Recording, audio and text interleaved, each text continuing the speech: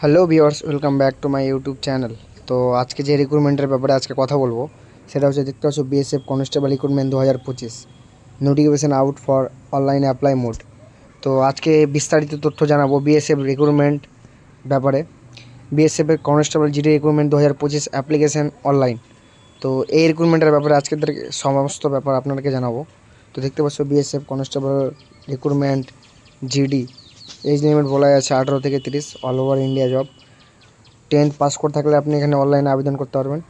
Recruitment board of 2025 মানে 2025 এটা application শুরু হয়ে যাবে কিছুদিনের মধ্যেই।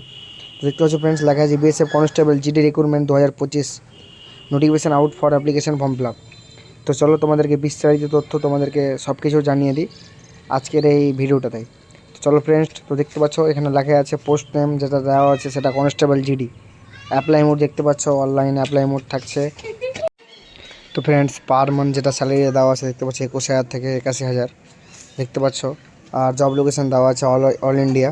তো চলো তো আমাদেরকে বিস্তারিত তথ্য আজকে জানিয়ে দিই। এটার অফিসিয়াল ওয়েবসাইট যেটা দেখতে পাচ্ছ rectt.bsf.gov.com দেখতে পাচ্ছ, এটা লেখাই আছে। তো চলো ফ্রেন্ডস, তোমাদেরকে বিস্তারিত তথ্য আমরা জানিয়ে দিই। তো দেখতে পাচ্ছি এখানে বলা আছে পোস্ট নেম লেখা আছে কনস্টেবল জেনারেল ডিউটি। এবার চলো আরও বিস্তারিত তোমাদেরকে জানিয়ে দিই। তো দেখতে পাচ্ছি এখানে কনস্টেবল জিডি লেখা আছে, স্পোর্টস লেখা থাকে, যারা স্পোর্টসম্যানশিপ তাদের জন্য এই ভ্যাকেন্সিটা। তো 242টা ভ্যাকেন্সি আছে। আর 10th পাস থাকলে আপনি এটাতে অ্যাপ্লিকেশন করতে পারবা।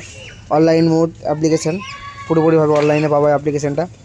তো হু ক্যান অ্যাপ্লাই দেখতে পাচ্ছ all India job, male and female, ছেলে এবং মেয়েদের জন্য অ্যাপ্লিকেশন করতে পারো। তো দেখতে পাচ্ছ জব লোকেশন এখানে বলা যাচ্ছে job location all over India. Salary যেটা তোমাকে প্রথমে বললাম, স্যালারি যেটা লেখা আছে 21,700 থেকে 69,100।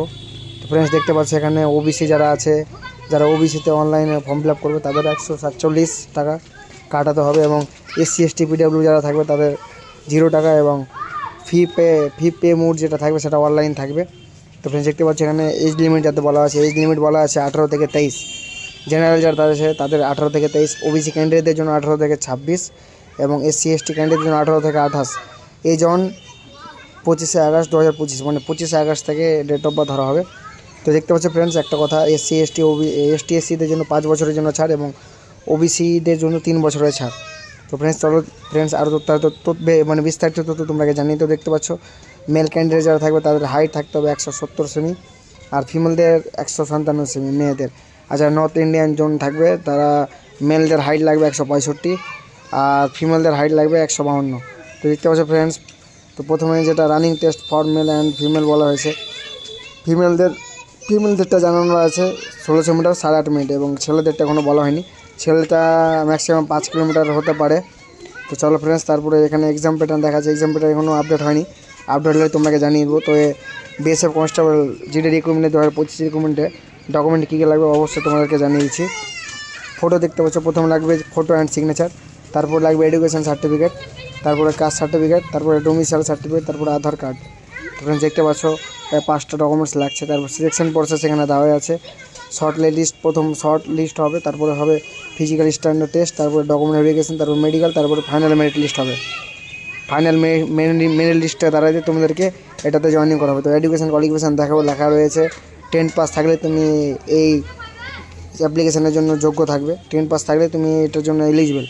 তো ফ্রেন্ডস দেখতে পাচ্ছ এখানে ডেট দেওয়া আছে 15 জুলাই থেকে 25 জুলাই থেকে স্টার্ট হয়েছে, আর 20 আগস্ট এটা লাস্ট ডেট হতে পারে। তো ফ্রেন্ডস দেখতে পাচ্ছ, তো how to fill constable GD recruitment দেখতে পাচ্ছ এখানে তোমাদের যে অনলাইন ওয়েবসাইট থাকছে www.bsf.gov.in যেটা লেখা আছে, এই ওয়েবসাইটটা থেকে তোমরা এটা অ্যাপ্লিকেশন করতে পারবে। তো ভিডিওটা যদি ভালো লাগে অবশ্যই চ্যানেলটাকে সাবস্ক্রাইব করে দেবে, এবং পাশে থাকা বেল আইকনটি প্রেস করে দেবে। জয় হিন্দ, জয় ভারত।